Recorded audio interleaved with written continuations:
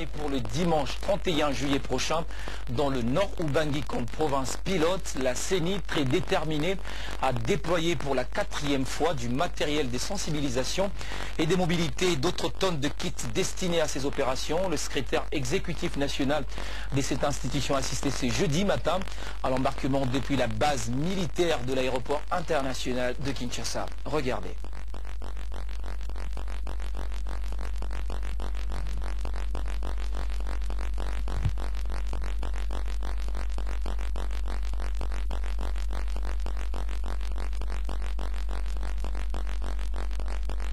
C'est depuis mercredi soir que le Premier ministre a regagné Kinshasa en provenance de la Tiopo.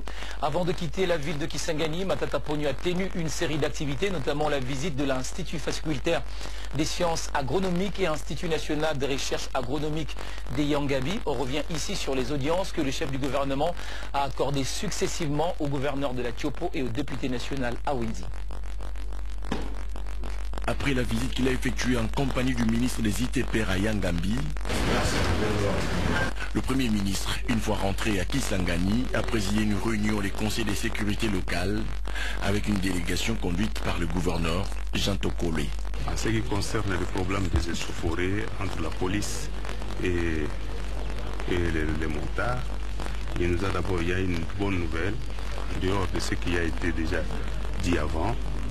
Le chef de l'État a transmis comme instruction au Premier ministre que, au lieu de 30 jours, maintenant ça passe 30 à 45 jours, la courtoisie routière. Ça c'est la bonne nouvelle pour la population et pour les motocyclistes et pour les usagers des routes terrestres. Après cet échange, Matata Ponyo s'est entretenu avec le député national à Wendy.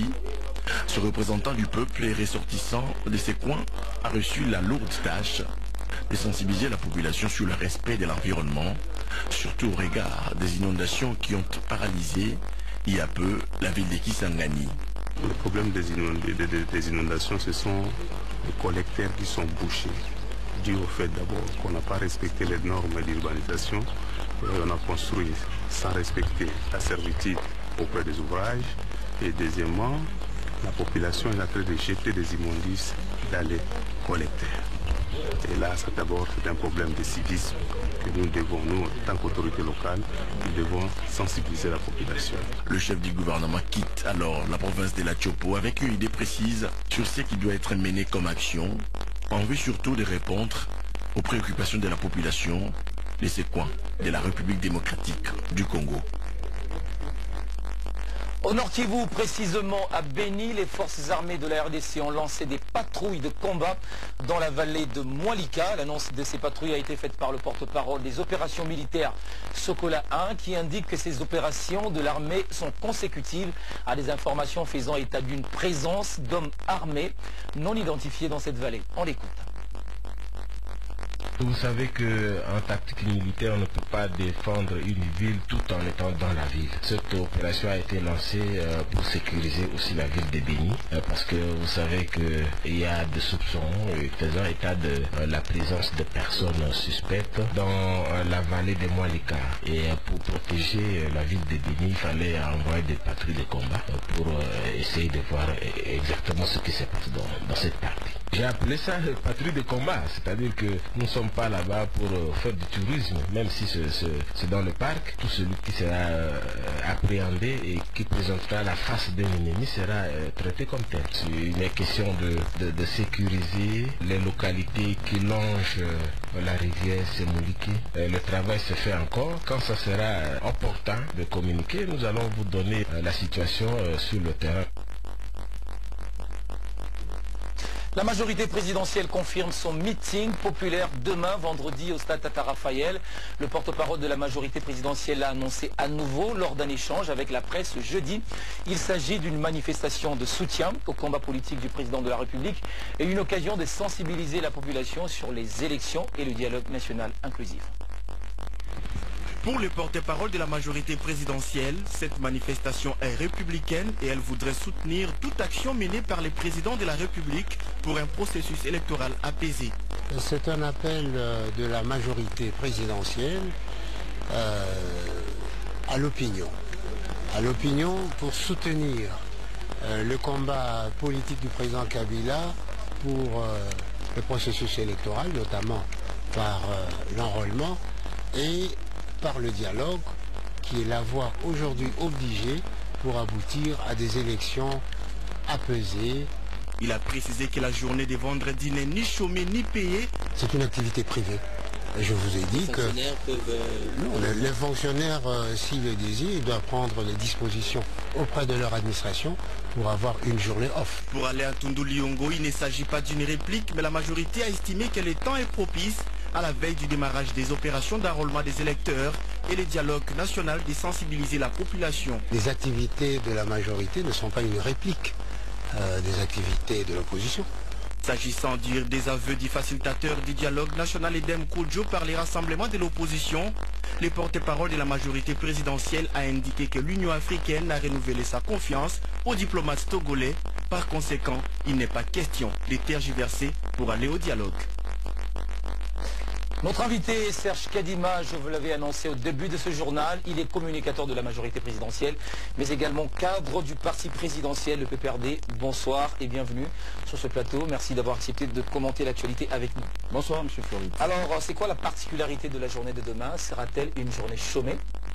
Non, la journée de demain n'est pas chômée. Le porte-parole de la majorité présidentielle vous l'a dit. Nous pensons tout simplement que chaque saison porte ses fruits et maintenant nous sommes en train de traverser une période historique pour notre pays où nous sommes en train de vouloir organiser pour la troisième fois les élections et il s'est fait aujourd'hui qu'il y a beaucoup de contraintes, il faut un dialogue. Demain, la majorité présidentielle a mobilisé les militants et cadres ainsi que tous les partisans du président Kabila disséminés à travers la ville de Kinshasa et d'autres qui sont venus même de l'intérieur pour répondre. Une mobilisation avec contrainte? Aucune contrainte, parce que la majorité présidentielle l'a toujours démontré, ce n'est pas une première activité de la majorité présidentielle. Toutes les fois qu'on a organisé des activités, nous réalisons toujours des succès, parce que les succès choisissent toujours les camps de l'organisation. Et parce que la majorité présidentielle est vraiment très bien organisée, demain nous allons encore démontrer une fois de plus que la population congolaise est encore avec le président Joseph Kabila et que comparativement à l'arrivée d'Etienne Tshisekedi? Non, nous on n'est pas dans la comparaison. Vous savez, M. Tshisekedi est quand même une personnalité populaire en République démocratique du Congo après le président Joseph Kabila. Vous l'admettez? Oui, après le président Joseph Kabila, parce que les dernières élections de 2011 l'ont démontré. Il était quand même deuxième de classe, n'est pas quand même n'importe qui, il est quand même aussi à féliciter. Et nous pensons que demain, tout ce qui nous intéresse, c'est le message que nous allons adresser aux partisans du président Joseph Kabila, aux cadres et militants des différents partis politiques de la majorité présidentielle. Pourquoi vous dites que c'est en réaction avec le meeting ou bien l'arrivée de M. Tshisekedi? Au mois de juin, 4 juin, le PPRD, seul parti de la majorité présidentielle, a organisé une grande activité et la circulation était difficile. Nous l'avons démontré. Et cette fois-ci, la majorité présidentielle décide de montrer encore, de dire à la population qu'il est impérieux, qu'il est important d'organiser les dialogues. Il y a eu des séries de sensibilisations. Pourquoi une énième sensibilisation à votre avis? Mais le PPRD a fait à démontrer. Et cette fois-ci, le parti de la majorité présidentielle, autour du bureau politique, a décidé à lever l'option pour que nous puissions dire une fois pour toutes à la population congolaise qu'il faut aller au dialogue pour apaiser les esprits, pour permettre à ce que nous puissions consolider les acquis de la stabilité, sinon de stabilité de nos institutions, pour que nous puissions consolider davantage la paix que nous avons obtenue au prix de plusieurs sacrifices. Il y a des compatriotes, il y a des hommes et des femmes qui ont coulé de leur sang pour que nous puissions avoir la paix. Et nous pensons qu'il est très important que nous puissions faire passer ces messages de paix, ces messages qui vont appeler les uns et les autres au dialogue, les messages qui vont apaiser les esprits. Merci beaucoup Serge Kadima. Je rappelle que vous êtes communicateur de la majorité présidentielle et cadre du PPRD. Vous êtes venu sur ce plateau pour nous parler du meeting populaire qu'organise la majorité présidentielle demain au stade Tata Raphaël. Merci. C'est moi qui vous remercie, M. Flo. Également dans l'actualité de ce jeudi, la société civile dans toute sa diversité a déposé un mémo au secrétariat de la facilitation pour avoir été écartée du comité préparatoire. Elle plaide pour l'harmonisation et le respect de leurs quotas dans le comité préparatoire qui s'annonce pour bientôt. On écoute la porte-parole de cette structure, Cathy Kalanga, qui nous fait le compte rendu. Nous venons d'échanger à propos du quota de la société civile et discuter autour du comité préparatoire. Donc, ils nous ont bien reçus, nous avons discuté Et le travail qui a été abattu et qui sera abattu par nous en tant que société civile, je crois que c'est celui-là qui va amener les politiques à concorder pour que nous puissions consolider la paix dans notre pays. Et de deux, les tractations sont en train d'être faites pour qu'on arrive à harmoniser la liste du comité préparatoire pour en ce qui concerne les quotas de la société civile.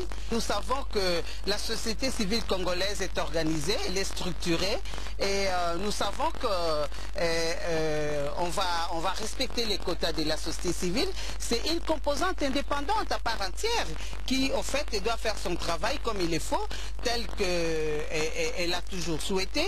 Et je vais vous rappeler que ça fait 3 ans que la société civile avait pris ses responsabilités citoyennes pour s'impliquer afin d'amener les politiques à parler d'une seule voix pour l'intérêt de notre peuple. Et je crois que nous allons continuer pour arriver à consolider la paix dans notre pays. La tenue du dialogue en République démocratique du Congo, c'est désormais qu'une question de jours. Et à l'heure actuelle, le facilitateur reçoit de plus en plus de soutien. La dernière en date est de la présidente de l'Union panafricaine de la jeunesse, après celle de la présidente de la Commission de l'Union africaine, Francine Muyumba, est allée lui manifester son soutien car elle reste convaincue que seul le dialogue peut aider la RDC à un futur meilleur.